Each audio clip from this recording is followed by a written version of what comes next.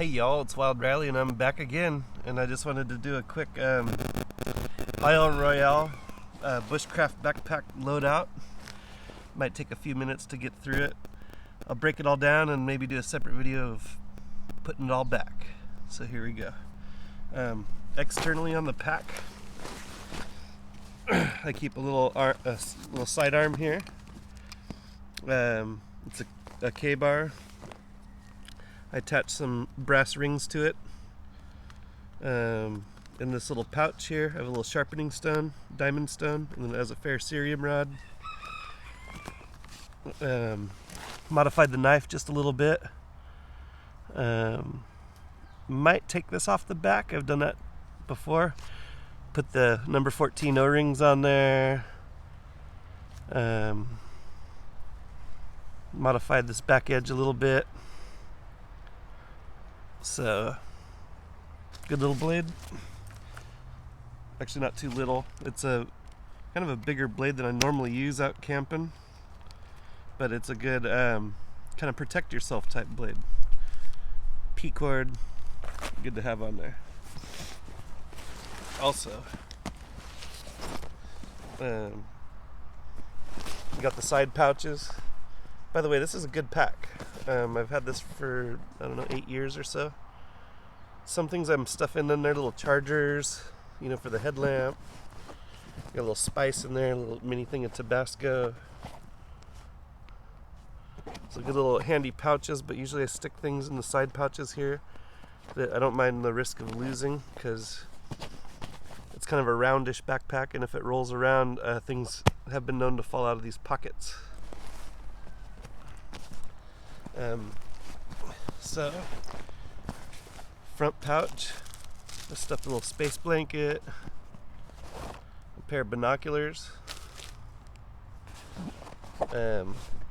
memorabilia, because I have twin boys and they dress up as these guys. And that's it for that. And then there's like a little secret hidden pouch in the back.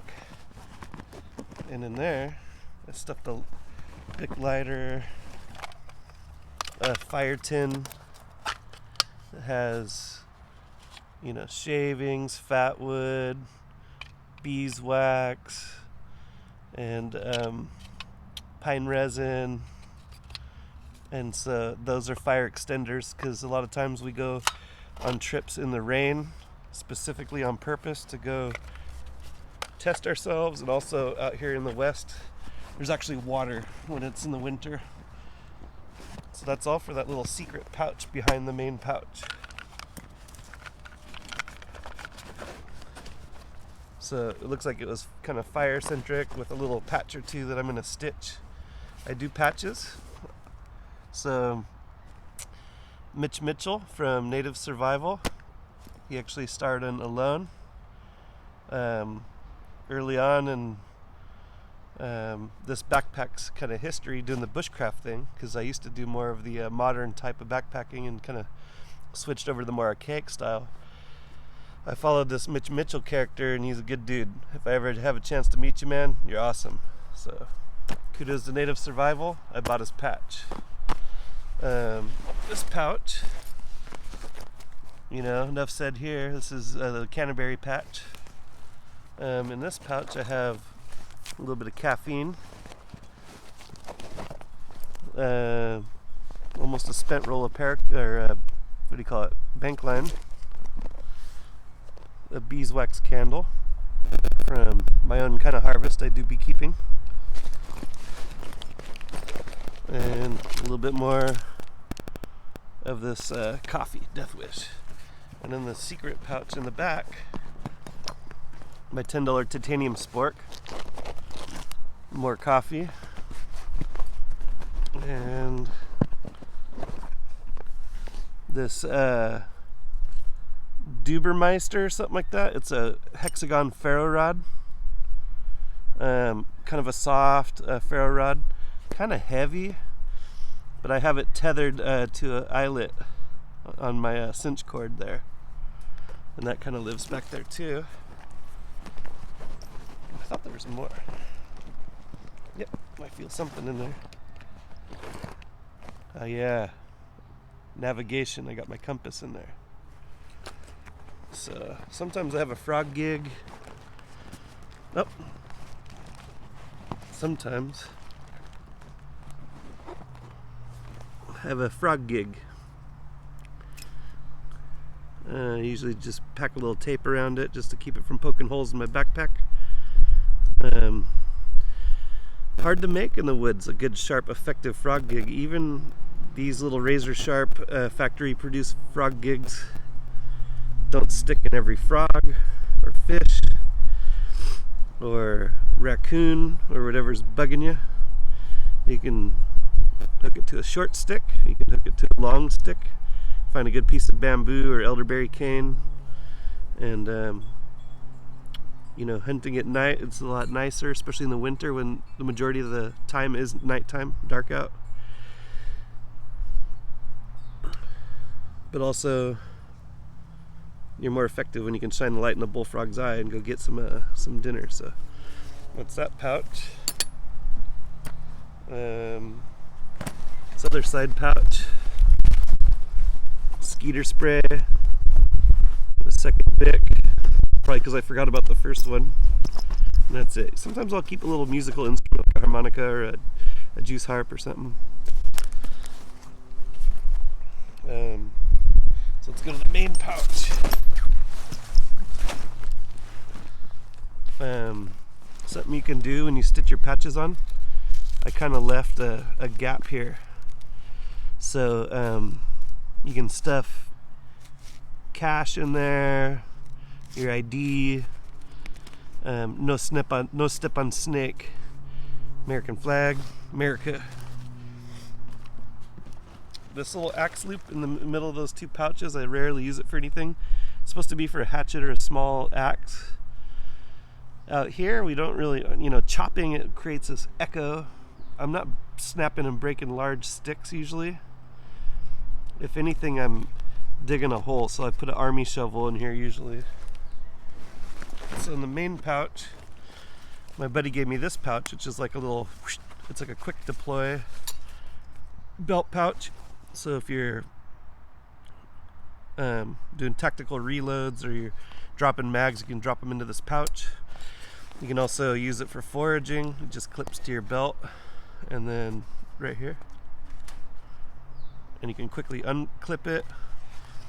But it's just kind of a cool little bit of option. I'm not sure exactly where I'm going to use it. It's a cool piece of gear. It might go kind of on the other side of the knife on the shoulder strap, so that I just have kind of like a quick thing where I can, if I need to drop my pack, I can just blow this out, grab some quick basics, some fire, maybe a candle to last the night, and then whatever I need real quick. Maybe it could be a navigation thing, but it'll just be like a quick pack that I can have on my belt. And then if I need to stow my pack, that's an option. 100% wool sweater right here. Pretty good pile on it. It's a warm sweater. North Face, I think. Nope. Pendleton.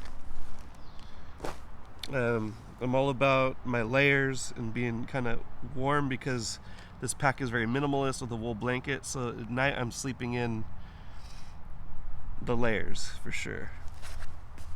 This is the main pouch. It's like a forager's bag. This is made by Duluth Trading Company, which also makes a bushcraft bag, but I like the Frost River one personally. And I use this for everything from mushroom foraging.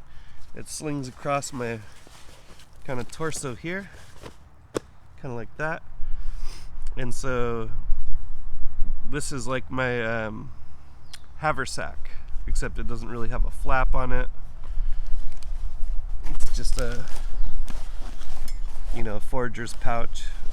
Has a good spot to put extra little items like a little shrimp cutter knife or a flashlight.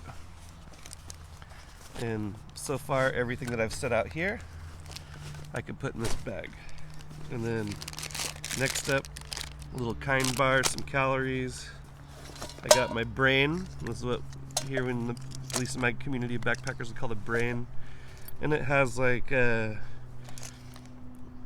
fishing kit with string that kind of match it. So I almost thought about making a little cylindrical thing, because now the tape kind of nests on the fishing line and the fishing kit, and then my magnifying glass, a sewing needle, in case you need to see into a splinter a little bit better, or if you need to start a fire without using any, your light or anything else. Ferro rod, if it's good conditions, you can use a magnifying glass. A different fishing line. So yeah, all those little things kind of pack into like a little cylindrical space. So I'm not sure, maybe I'll one day stitch a piece of leather that goes to that. Got my little flashlight, little Olight Mini. It's the 3T EOS brass torch, and you'll notice like the pack is brass and leather. I like brass and leather, that look, that feel. I have two of these Petzl replacement batteries that correspond with my Petzl headlamp, which has 3 brand new AAAs in it. So these are rechargeable, and that's what that little charger cord goes to, wherever that guy is. Probably put it back in the pouch, but yeah, it plugs into these, and they kind of charge very slowly. They should be fully charged, so they kind of live in there. They also lose their charge over time, so you got to kind of be aware of that and go through your gear once in a while. Got a little razor.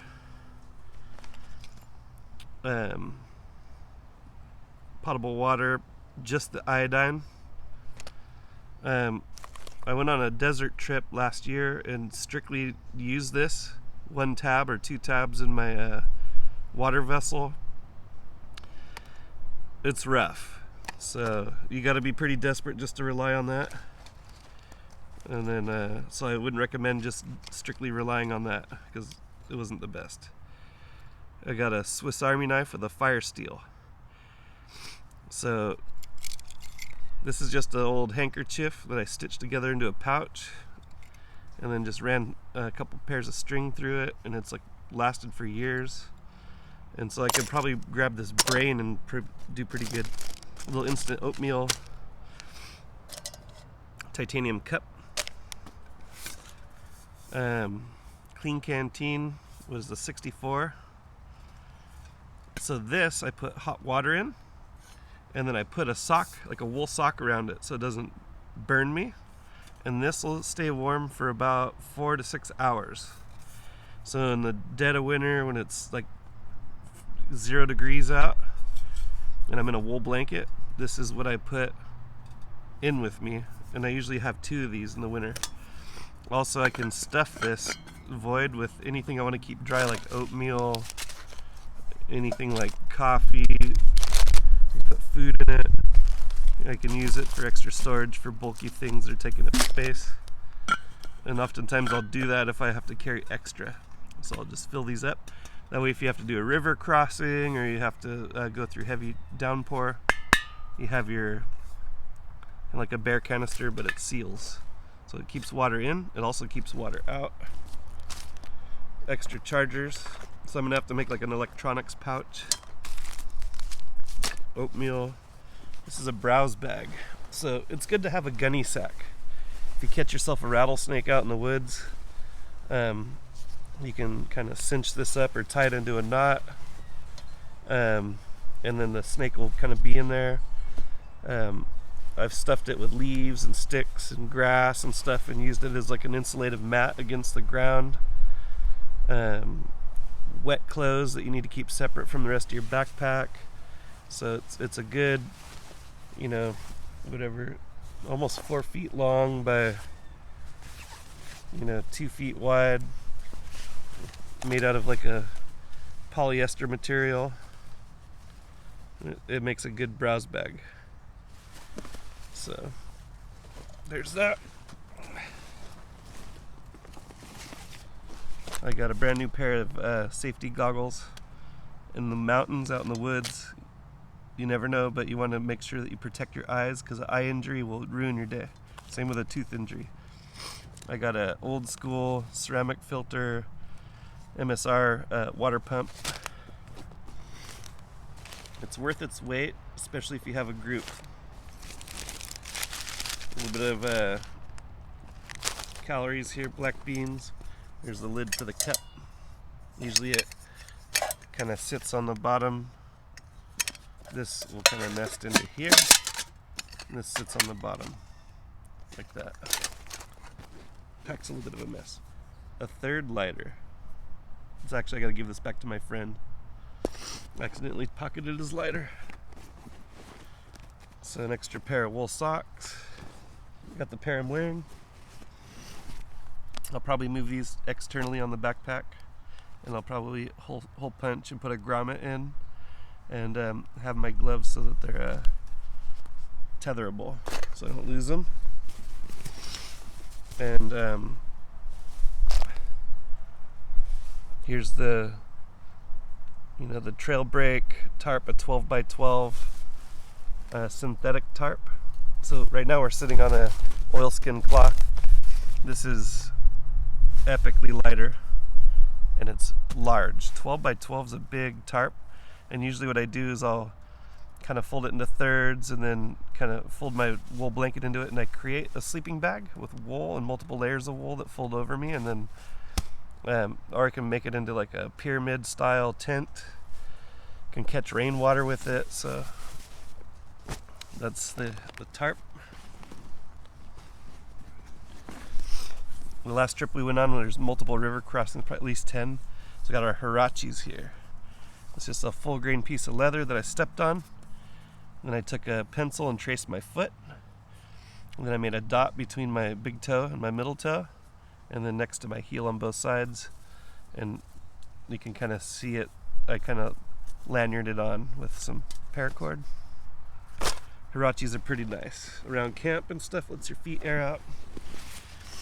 And now today's version of this is frog togs, but this is the old Sierra design parka pants and jacket. So when I wash my clothes, I have something to change into while they dry on the rocks in the morning. Or if things get real, if things really get difficult, I have a very lightweight change of clothes. And I found that I don't really use these a whole lot, but when I need them, they're absolutely the most valuable change of clothes. They're also good for an extra layer. They do trap extra heat in. This is the same string as the lacing on here. So it's just another type of cordage that's very strong and durable.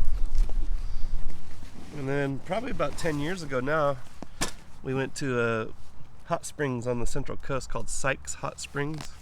And people abandon gear out there because they're lazy and they don't want to hike it back out of the mountain. And man, it's good gear. So I got myself a Crazy Creek chair, which goes under the browse bag. Also use around camp. Kind of clip it on. It goes from a chair to a thermarest. It's got aluminum supports in there, and if someone injures their leg, you can use it for wilderness first aid. And I keep a couple packets of protein, moleskin for my toes, anything flat, a little bit of birch bark that eventually should get transferred to my fire kit, a little bit of a good, easy to burn, kind of water resistant fire tinder. So yeah, that's what's in the main part of the bag. I don't see anything up. A little bit more beans. You can see I don't carry a lot of food because a lot of these trips I'll carry like a full size, like Costco Italian salami, a roll of cheese, and like a baguette or two of bread, and then some extra little things in case we get a fire, but oftentimes we just don't even make a fire. There's this pouch. And in this pouch, I keep a leather-bound journal and a pen and notes about dreams and events, and then little sayings I keep, so I write in the journal backwards when I hear a saying. Little sayings like, I don't know who's right or wrong, it depends on which side they're on. And little sayings like that, which are catchy and they kind of got my attention. Also, stamps, envelopes, in case you get stranded somewhere, you can some of them are ready to go. Write a letter, tear it out of my journal if I want, write a letter, send it. My handwriting's pretty distinctive too, so definitely know who it came from. So that's the contents of the pack so far. Not a lot of rain gear because we're in the middle of the summer. And then in the back, I got this. I got the option with this Isle Royale pack with these sewn-in gussets that allow you to put, straps on the bottom. And I don't always use it. A lot of times I'll put my blanket on the top. Here's a sticker. I usually put the blanket on the top if it's like off-road, or if it's long distance on-road, then I'll put the blanket on the bottom, just shifting the weight around. But you can kind of see, if you get those included in the deal, it'll be advantageous to strap stuff like your jacket or anything you find along the way. They can maybe get rolled up into your browse bag. You can fold up your Crazy Creek. Anyway, pack aside, I use this Bedroll to kind of start rolling extra gear, like a wool scarf. I got this kind of mylar lined polyester long underwear, an extra bandana, 2 pairs of wool socks. Sometimes I'll throw things like another shirt in there. Pack's rolling kind of light right now, but that's pretty much what's in here.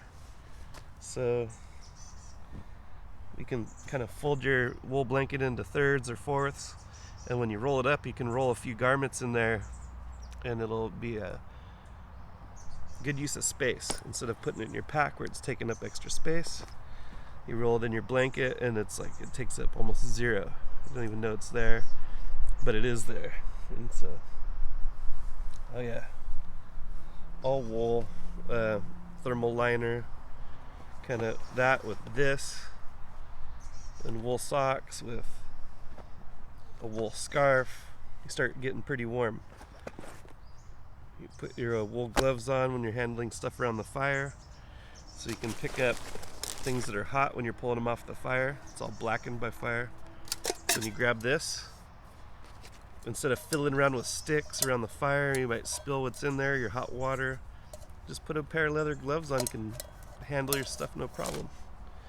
So yeah, all this pile clothing, and then you go and take your wool blanket, and then you wear it like a kind of like a cloak, and then you can even tuck things like your browse bag around your body, and then get into your tarp, and so you're kind of using your gear layers, or your different types of gear, like your 12 by 12 tarp. So you can put all this wool clothing on, put your kind of blanket cloak over you, and then your tarp cloak over you, and sit on your browse bag full of leaves, and then just kind of drape things like your foraging bag over your legs, or your Crazy Creek, and you can start putting these different types of gear into combination to make yourself very comfortable, and your gear is extremely versatile. And so that's kind of the idea behind bushcraft, is you're kind of bringing like this, a small pile of gear, like a little nest pretty much of gears, how one of my friends, Nick, describes it. He's like, I'm a tree dangler, you're a nester. We all have our different styles. I like to keep a little light burning. This will last for 3 nights, But usually I blow it out after I start drowsing off, but quick and easy with a Bic lighter. I just keep next to it and light it up. There's other little pieces of gear, like I have a little alcohol stove. I also have some, white gas type stoves too I could toss in a pack, but this one's more the archaic style one, kind of a bushcraft pack. And anyway, I hope this was informative, and hopefully you start up your little bag that you bring out with yourself every place you go. I usually bring something like this with me if I'm going to go more than like a day or two walking distance away from home. So it's kind of like a get home thing, but a lot of times we use this thing camping and stuff, and it's a lot of fun. So anyway, thanks for watching Wild Riley.